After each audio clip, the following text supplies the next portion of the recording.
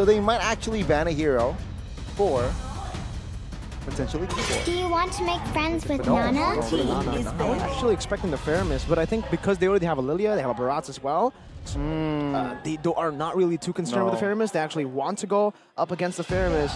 For Onic, though, with the export ban, very clear what they want to do again. They want to try to shut down Pi, but also they want to go for a very tanky composition. So, does seem like possibly Onic want to pick up something like no, I don't think so. Never mind. I was thinking Minotaur, but with the Mathilda and Barats, it's not only just dive. What's it's your command? good Your team is picking. pullback as well, disengage as well. So it's the Fanny ban. All right, so removing that Barats as a flex pick.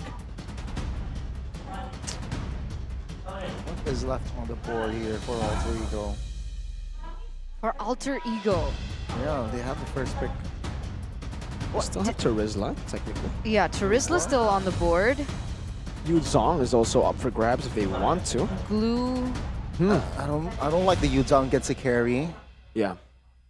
But it is good against the Arlet. But again, it's a flex pick. They do go for the Yu Zhong, so it is the Yu Zhong.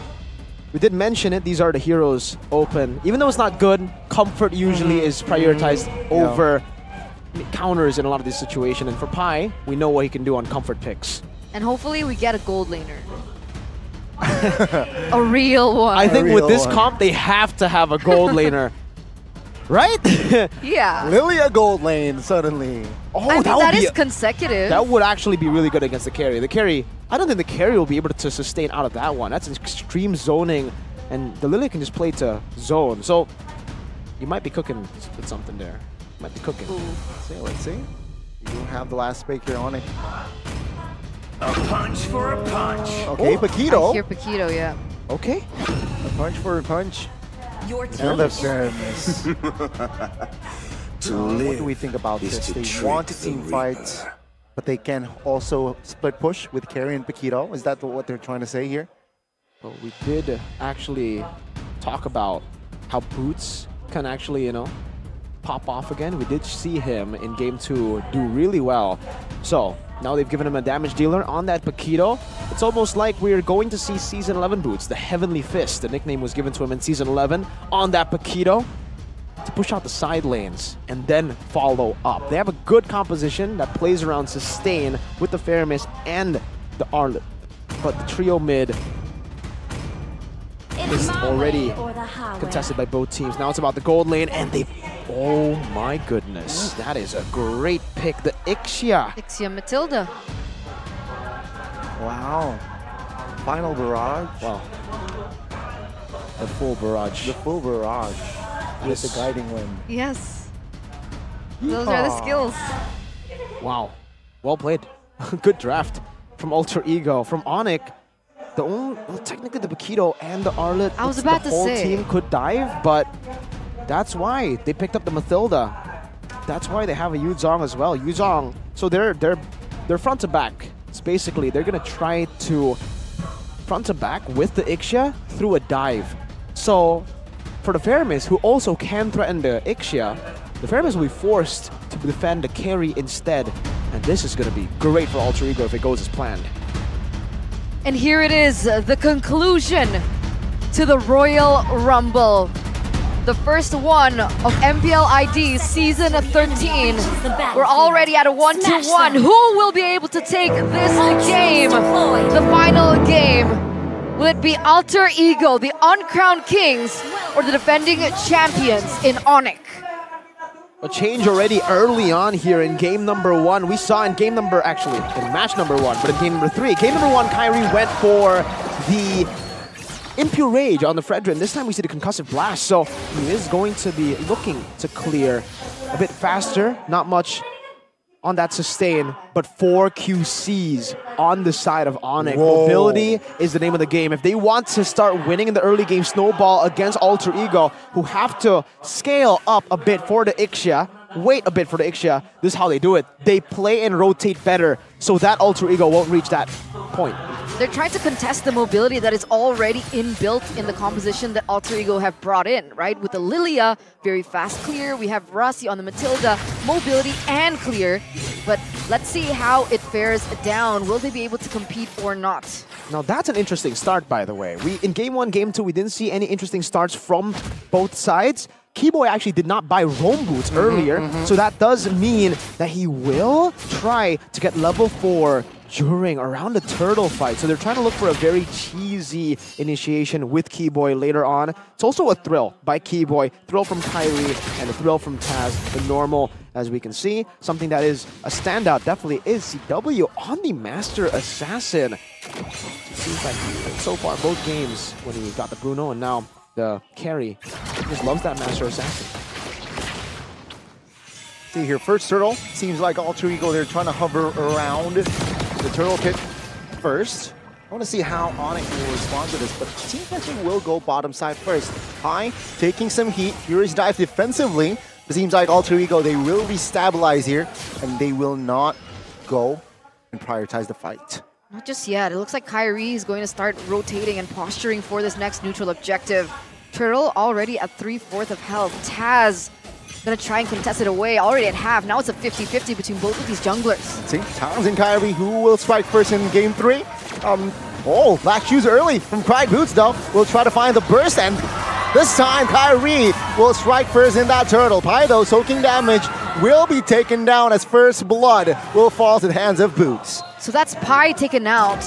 And Onic are... Oh, they're going for more. Flicker, very aggressive Keyboy. Whoa! What a calculation there. Cry taken out. He knows that he does not have the Black Shoes, and there you go, the commitment. Boots, though, my goodness, still zoning out Taz and Rossi. Now he still moves on or puts pressure on the purple buff. Kyrie, no retreat. Will he force it this time? Oh, he takes it. Taz will not have the purple buff as Rossi now. Quite isolated, taunted. Appraisal's Wrath will not take him down just yet. This is non-stop action from minute number 1. We're already entering the 3rd minute, and this is what we're given. This is what they're serving to us.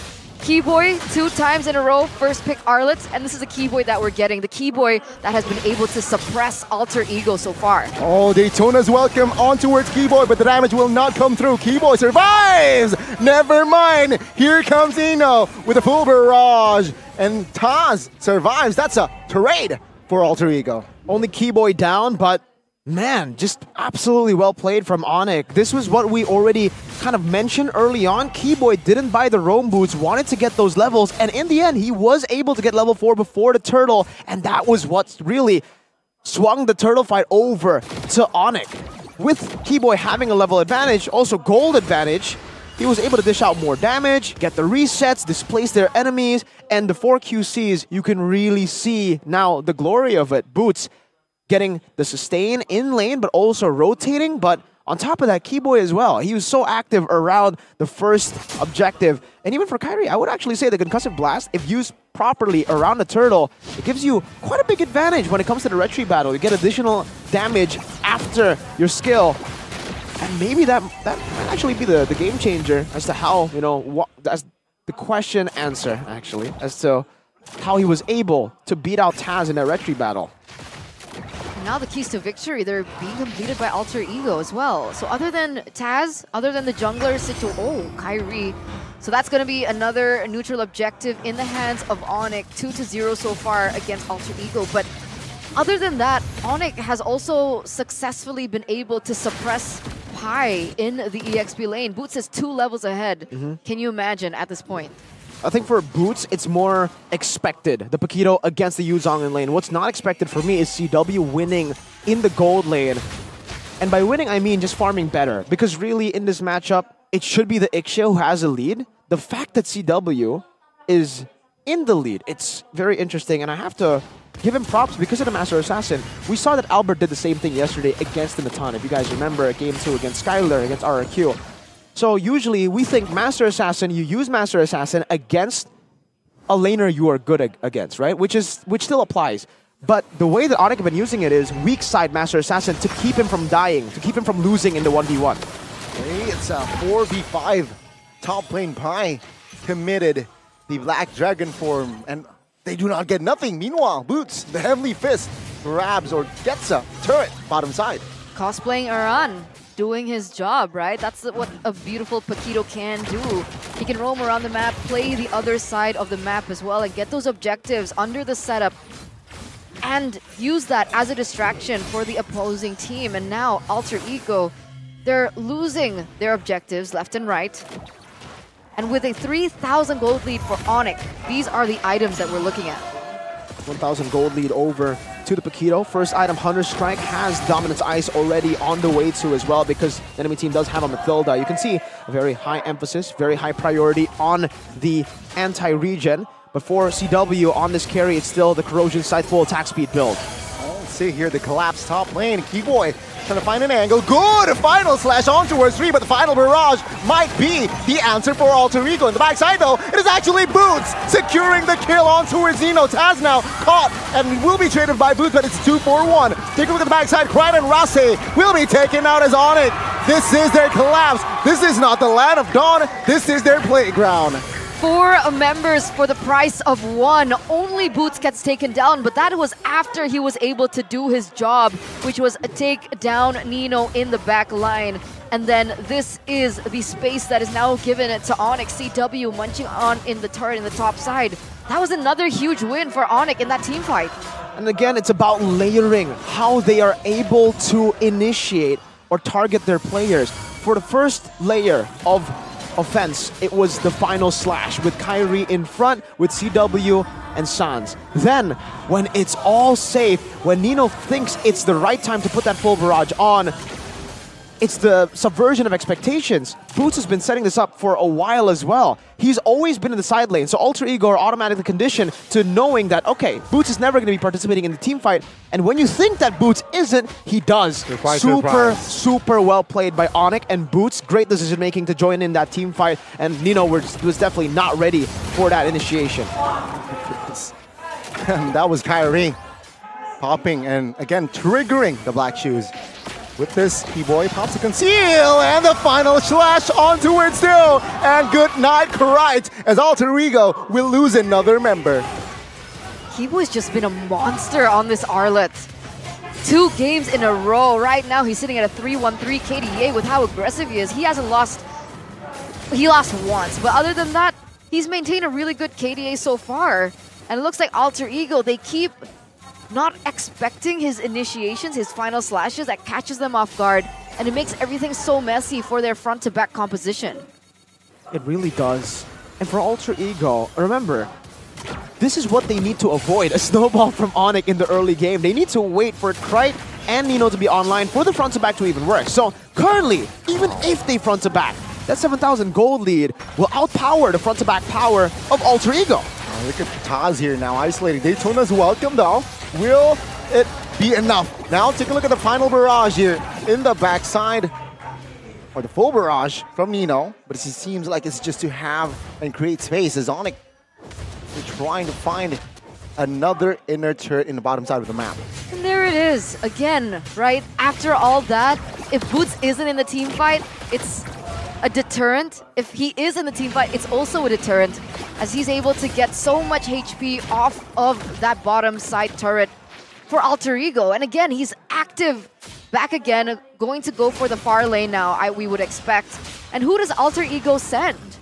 They need literally every one of their members in order to win these team fights. They do, and they really need to find a proper front to back, right? So there are many conditions now that have to be set by Alter Ego to win out in the team fight.